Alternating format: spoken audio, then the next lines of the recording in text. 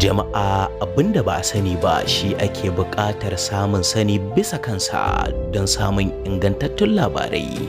Kasance da tashar Mighty Hausa TV. Ku danna subscribe kana ku danna ƙararrawa.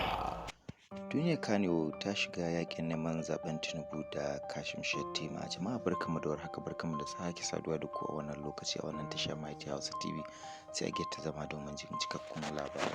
Asiwaju Bola Ahmad Tinubu ya faɗaɗa kwamitin yakin neman zaben kujerar shugaban ƙasa a shekara ta 2023 bayan tsame sunayen wasu 'yan Kano. Tinubu ya bada umarnin zuba 'yan wasan kwaikwayo tafiyarsa.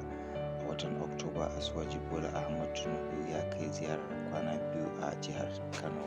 Darakta janar na kwamitin yakin neman zaben shugaban kasa na jam'iyyar APC, gwamna Simon Lalong ya amince da shigar da 'yan wasan kwaikwayon Hausa Kannywood cikin kwamitin na neman zaben. Lalong ya sanar da hakan a jawabin da mai magana da yawunsa Dr. Makut Macham ya shigar a ranar Talata a garin Jos. Ya ce an shigar da jaruman ne saboda tabbatar da an dama da 'yan wasan kwaikwayo da nishadi daga yankin arewa a cikin harkar kamfen.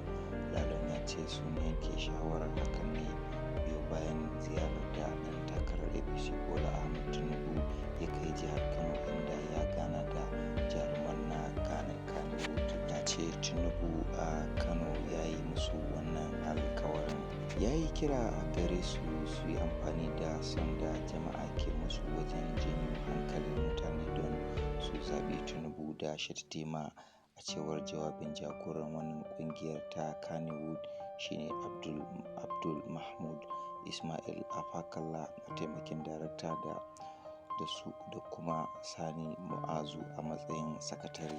'Yan wasan da suka tarbi sun hada da Ali Nuhu, Maryam Yahaya, Hadiza Kabara, Dan Dolo, Dan Gwari da sauransu. A wani jawabin kuma a ƙarshen makon da ya gabata ne tashar Arash News tare da haɗin gwiwar kan cibiyar cigaban demokradiyya CDD sun shirya taron tattaunawa tsakanin 'yan takarar kujerar shugaban ƙasa waɗanda suka jagoranci shirin.